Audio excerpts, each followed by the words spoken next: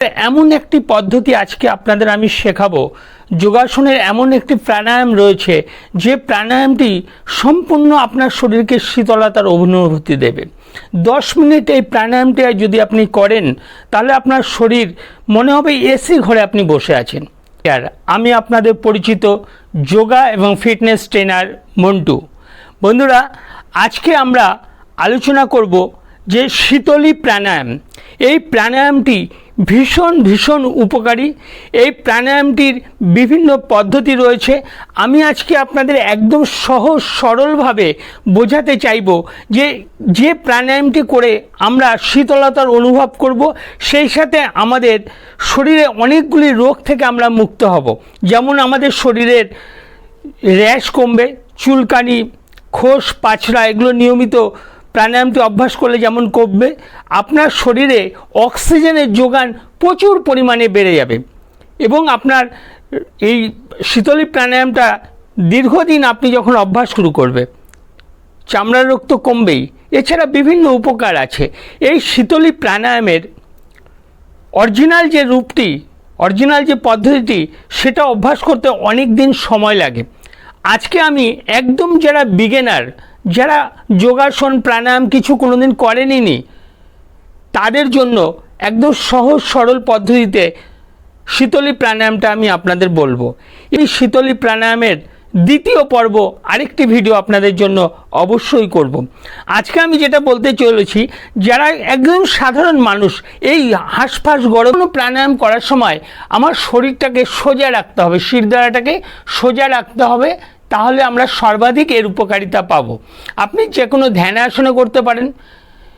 যদি কেউ কোনো আসন জানেন না, পদ্মাসন বা ধ্যানাসনের কোনো রূপই আপনি জানেন না, আপনি সহজ সরল চেয়ারে বা মেঝেতে সোজা হয়ে বসুন, এমনকি পা ছড়িয়ে বসেও আপনি করুন, তাহলেও এর উপকারিতা পাবেন।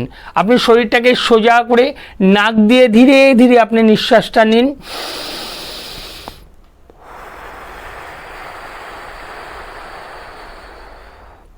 আমরা নাক দিয়ে ধীরে ধীরে নিঃশ্বাসটা নেব এবং মুখ দিয়ে ধীরে ধীরে ছাড়ব। এভাবে আমরা 3-4 নাক দিয়ে নিঃশ্বাসটা নেব।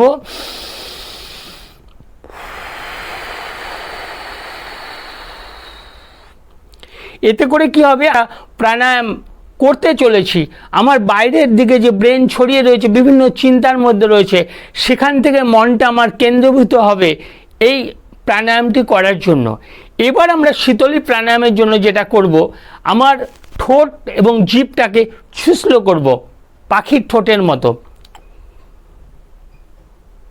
এবার ছুঁচলো করে আমরা মুখ দিয়ে ধীরে ধীরে ধীরে ধীরে নিঃশ্বাসটা নেব এবং নাক দিয়ে ধীরে ধীরে ছাড়ব।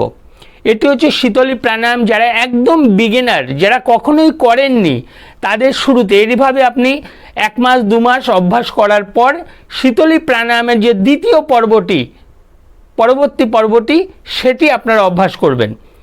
তাহলে কি হবে না, শীতলী প্রাণায়ামের যে সর্বাধিক উপকারিতা সেটা আমরা পাবো। শুরুতে আমরা যেটা করব, এভাবে আমি একবার দেখাবো আপনাদের।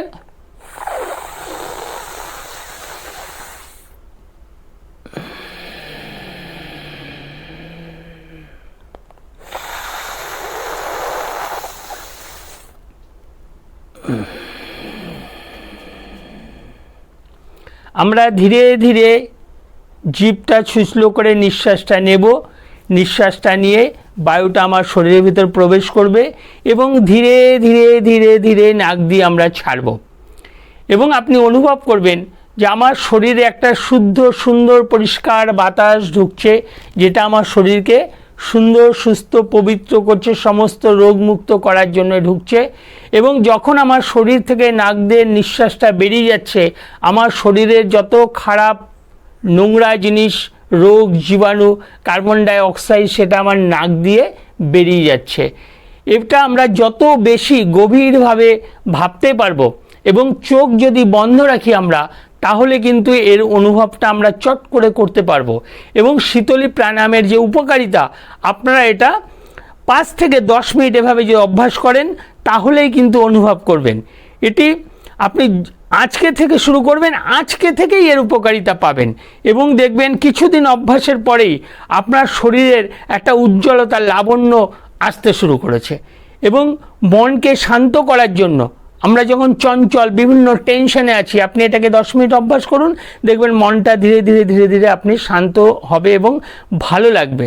একটা আশাকালে, অর্থাৎ আমি বলতে চাইছি বাতাবরণ যখন ঠান্ডা তখন এই আসনটি, এই প্রাণায়ামটি আপনি করবেন না।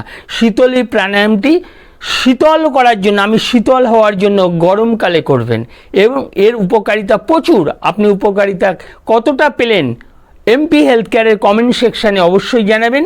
আশা করছি ভিডিওটি আপনাদের উপকারে এসেছে। সকলকে ধন্যবাদ।